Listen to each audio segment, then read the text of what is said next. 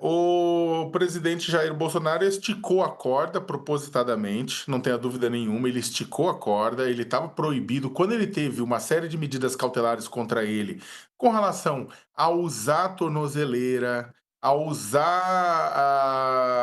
usar tornozeleira eletrônica, a não poder sair, né, da sua casa, aos finais de semana, de ter um horário de recolhimento à noite, de madrugada, né, de não utilizar redes sociais, o ministro Alexandre de Moraes tomou essas decisões para evitar uma prisão do presidente Jair Bolsonaro.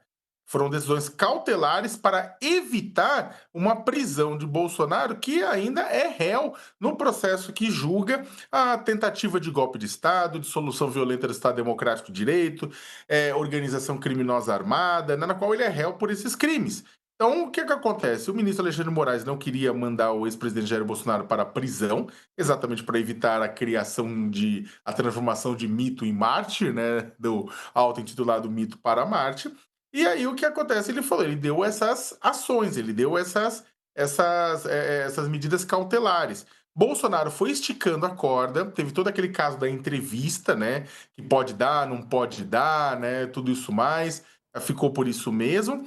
E agora, né, o ex-presidente Jair Bolsonaro, ele gravou, ele enviou conteúdo, né, acabou participando indiretamente através das redes de seus filhos, das redes de seus aliados, dos atos que ocorreram em várias cidades do Brasil neste domingo. Né? E depois, o senador Flávio Bolsonaro apagou o conteúdo, alegando insegurança jurídica, mas o conteúdo até lá já tinha sido difundido. O que acontece é que a impressão, Diego, de tudo isso é que a família Bolsonaro, o clã Bolsonaro aliados, querem o quê? Querem esticar a corda, querem provocar o Supremo Tribunal Federal para duas coisas. Ou provocar para que o Supremo garanta uma certa impunidade para Bolsonaro e aliados durante o julgamento do golpe de Estado, ou seja, esticar para que eles possam fazer o que eles quiserem, sem medo de ser presos, né, sem medo de serem punidos, né? Porque exatamente porque o Supremo está evitando uma punição, evitando mandar Bolsonaro para o Chilindró antes de uma condenação colegiada, né? Ou, na verdade, esticando a corda para aproveitar o quê? Aproveitar a pressão de Donald Trump. Donald Trump, nesse exato momento, baixou um tarifaço, nesse momento que nós estamos vivendo, baixou um tarifaço contra os produtos brasileiros, 50%, né? Uma parte ficou isenta, mas tem centenas de produtos que estão sofrendo esse tarifaço, que vão levar a desemprego, a fechamento de empresas. Ao mesmo tempo, o Trump baixou Lei Magnitsky para tentar criar problemas financeiros para Alexandre de Moraes e usando como justificativa o julgamento de Jair Bolsonaro. Usando como justificativa o julgamento na qual ele é réu. É claro que Trump tem interesses econômicos também, é claro que o Trump também está usando o bolsonarismo para interesses econômicos e geopolíticos, quer um aliado na presidência do Brasil e quer, na verdade, pressão, quer baixar tarifas, quer liberdade total para suas empresas Big Techs no Brasil e tantas outras coisas, mas está usando o Bolsonaro também para isso. E tá empurrando. E vê no Bolsonaro ele mesmo, né? Porque o Bolsonaro copiou a tentativa de golpe do Trump, só que lá os Estados Unidos foram menos competentes do que o Brasil para processar, para investigar, processar e julgar Trump, como o Brasil foi contra o Bolsonaro. Então, o que acontece? Há uma pressão, o Trump faz essa pressão em cima. Né? E aí o bolsonarismo no Brasil quer fazer o quê? Quer aproveitar que o Trump está de olho e está fazendo pressão para fazer com que o Supremo Tribunal Federal crie mais situações para gerar ainda mais sanções. Então, porque agora o que acontece? Com a prisão domiciliar de Jair Bolsonaro, com ele proibido de sair de casa, né, ele vai fazer o quê? Ele vai se vitimizar. Ele vai se minimizar nesse meio tempo, vai se vitimizar, e essa vitimização será utilizada para quê? Para que os Estados Unidos dobre, né, sanções, para que abra caminho para os Estados Unidos dobrar sanções. Então, o que acontece? O Bolsonaro, ao esticar a corda aqui dentro, não é que ele cria problemas para o Supremo Tribunal Federal. Ele abre caminho para os Estados Unidos, né, e o Trump criar mais problemas ainda para o Brasil. Por quê? Porque, mas o Alexandre de Moraes é o culpado porque fez isso. Não, o Alexandre de Moraes ele tinha, o STF tinha colocado limites, tinha colocado balizas, o que o presidente pode fazer, o que o presidente não pode fazer. E o presidente fez o quê? Esticou a corda. O presidente Jair Bolsonaro vem esticando a corda. E aí, o que o Alexandre de Moraes fez? Ele poderia ter decretado uma prisão preventiva. Ele não decretou uma prisão preventiva, ele decretou uma domiciliar. Ele até pegou leve, no final das contas. Ele decretou uma prisão domiciliar e não uma preventiva. Né? Então, o que acontece? Só que isso já vai ser o bastante para criar um problema para chegar para os Estados Unidos e se vitimizar mais ainda, e se vitimizar junto aos seus seguidores e tudo isso mais. Então, o que acontece? Só que no final do dia, isso não vai alterar o trâmite do processo no Supremo Tribunal Federal. É. Nada disso vai alterar o trâmite do processo do Supremo Tribunal Federal. E, de certa forma, né, muita gente vai ver essa prisão do Bolsonaro como um test drive da vida dele a partir de 2026, Diego. A gente tem um momento aqui, Sakamoto, em que o ex-presidente ele fala na manifestação de São Paulo pelo celular do deputado Nicolas Ferreira. Vamos ver. Nessa Avenida Paulista, já estive aqui algumas vezes, mas hoje, posso falar uma coisa para vocês, senhores? Jair Bolsonaro não pode falar, mas ele pode ver. Isso daqui, Jair Bolsonaro, é a tua força, mesmo estando preso dentro de casa. Essa é a sua força, a sua voz, as sementes que você deixou para o nosso país. Que o Senhor te fortaleça. O Senhor está aí em casa, você é o galego mais amado desse Brasil. E volta, Bolsonaro! Nós estamos aqui hoje lutando por um Brasil em que... Bom, a gente viu aí o Bolsonaro no celular do Nicolas. Essa de São Paulo foi à tarde, mais cedo teve a do Rio de Janeiro. E aí ele falou, o Flávio postou, o senador Flávio Bolsonaro, filho de Jair Bolsonaro, depois apagou o vídeo, como disse o Sakamoto, alegando insegurança jurídica, né, Sakamoto? Alegando insegurança jurídica, né? O Flávio Bolsonaro, ele, na verdade, só que isso é estratégia, o Diego. Flávio Bolsonaro sabe muito bem o que ele fez. Sabe, o Flávio Bolsonaro, ele pegou aquele conteúdo do pai e articulou nas redes. Ele sabia que não podia fazer isso. O senador Flávio Bolsonaro, ao contrário de outros próceres do bolsonarismo, não é burro, não. O senador Flávio Bolsonaro, ele é muito esperto, ele sabe, ele conhece a lei. Né? Ele sabe que não podia. Isso aí é esticar a corda. Isso aí é testar o judiciário. Ele estava testando o judiciário, estava tentando esticar a corda. Né? E estava tentando esperar exatamente a decretação de alguma medida a mais contra o pai dele, para agora eles usarem isso junto aos Estados Unidos, junto ao do governo Donald Trump, junto aos seguidores deles que foram às ruas ontem. Né? Não tenha dúvida nenhuma que tudo isso é de caso pensado. Vamos chamar então o nosso colunista, o jurista Walter Maierovitch, está aqui conectado conosco. Professor, bem-vindo, boa noite. Notícia que acaba de chegar: o ministro Alexandre de Moraes determina a prisão domiciliar de Jair Bolsonaro por descumprimento das medidas cautelares. Vale lembrar que ele não podia postar nas redes sociais dele, nem produzir conteúdo para postar nas redes sociais de terceiros. O ministro alega que ele descumpriu isso ao falar ali na manifestação do Rio de Janeiro. O filho dele, senador Flávio Bolsonaro, que está ali atrás dessa imagem, né? Ele chegou a postar o vídeo, né, que mostra esse momento, depois ele apagou, como dissemos, por insegurança jurídica. Justificativa dele. Professor, bem-vindo, boa noite. Boa noite, Diego. Boa noite a todos. Boa noite, Sakamoto. Acerta Diego, o ministro, ou professor? Certíssimo, sem nenhuma dúvida.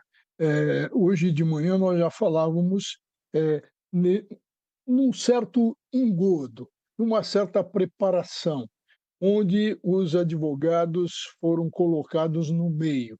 Ou seja, o Flávio Bolsonaro disse que havia encaminhado, divulgado as imagens e o áudio, mas que os advogados tinham dito que não. Ora, os próprios advogados alertaram para o risco. E o que aconteceu? Se consumou isso, quer dizer, se fez depois a consulta aos advogados, quando, aspas, eh, a coisa já tinha ido para o brejo. Isso é o que aconteceu. O descumprimento foi claro, claríssimo, como o sol da meio-dia. Agora, quem descumpre uma medida cautelar fica sujeita a uma outra cautela, se necessária, mais gravosa. E foi necessário, por quê? Porque foi um deboche à justiça. Sim, um deboche à justiça. Se criou todo um cenário, se fez um jogo de cena de consulta a advogados, e tudo isso tinha que ser feito antes da postagem. Por que depois da postagem? A consulta tinha que ser anterior.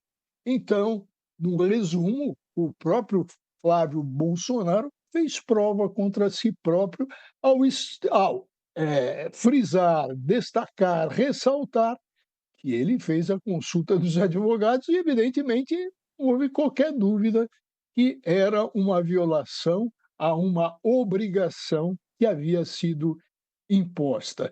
Num resumo, a decretação da prisão preventiva na modalidade domiciliar era efetivamente necessária. Pois é, estava vendo aqui o documento, pessoal. Vamos colocar no ar aqui o documento que trata justamente da prisão domiciliar, o documento assinado pelo ministro Alexandre de Moraes. E nesse documento, veja aí, ele coloca essa foto, inclusive, e na foto fala assim, tem um trecho do que disse o Jair Bolsonaro na manifestação do Rio. Boa tarde, Copacabana. Boa tarde, meu Brasil. Um abraço a todos. É pela nossa liberdade. Estamos juntos.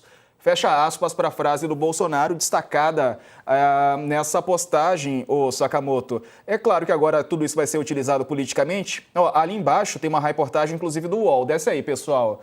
É isso. Esse ali é o post que o Flávio Bolsonaro apagou. E na página seguinte, Flávio apaga post com fala de Bolsonaro e alega insegurança jurídica. Reportagem do UOL assinada pela Carla Araújo. Sakamoto.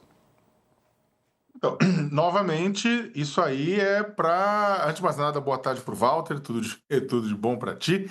Né? Isso, ô Diego, é para boi dormir. Conversa para boi dormir. Ah, eu apaguei com insegurança jurídica. Mentira. Ele sabia o que estava fazendo, o nome disso chama estratégia, mas é aquela estratégia mais rastaquela e não cola. Né? Bolsonaro sabia que estava falando para as pessoas nas redes sociais, as pessoas, ele sabia que estava falando para o público. Quando ele recebeu as cautelares, é isso que o pessoal precisa entender. Quando ele recebeu aquela pacote de cautelar, tornozeleira, horário de poder entrar e de poder sair, não usar redes sociais, é para quê? Exatamente, é para limitar a sua capacidade de continuar cometendo crime. E ele estava incitando incitando o quê? Incitando ações contra o Brasil. Né? Tal como o filho dele nos Estados Unidos está incitando ações que atacam os interesses do Brasil utilizando um governo estrangeiro. E ele recebeu essa série de cautelares para parar com isso. O inquérito e todo o processo que isso se inclui não é aquele da tentativa de golpe de Estado na qual ele responde. Né? É um outro aberto exatamente para entender essa tentativa de atacar o Brasil, os interesses nacionais, a soberania nacional brasileira. E aí o que acontece? Ele recebeu essa série de medidas para falar assim, Jair, você está recebendo essa série de medidas para limitar a sua capacidade de continuar causando esse dano, fomentando essas ações contra o Brasil. E aí o que ele faz? Ele continua fomentando, ele continua utilizando, ele continua ignorando essas ações que foram tomadas pela justiça para limitar a sua capacidade de causar dano ao próprio Brasil, né? E se você for ver, inclusive, a natureza dos atos e das manifestações nesse domingo, são manifestações que pedem para Trump continuar atacando o Brasil. E o Bolsonaro é transmitido e participa de um processo que o filho dele, Flávio, participou, entre outros, o próprio Nicolas Ferreira passou um áudio dele, tudo isso mais, que depois acaba se ganhando rede social, que é o quê? Que é fomentando e apoiando essas manifestações e apoiando esses eventos em que se pede mais e mais e mais ataques contra o Brasil, né? E mais ataques estrangeiros. né, contra o Brasil, mais ataques de Trump contra o Brasil. Ou seja, Bolsonaro continua a delinquir.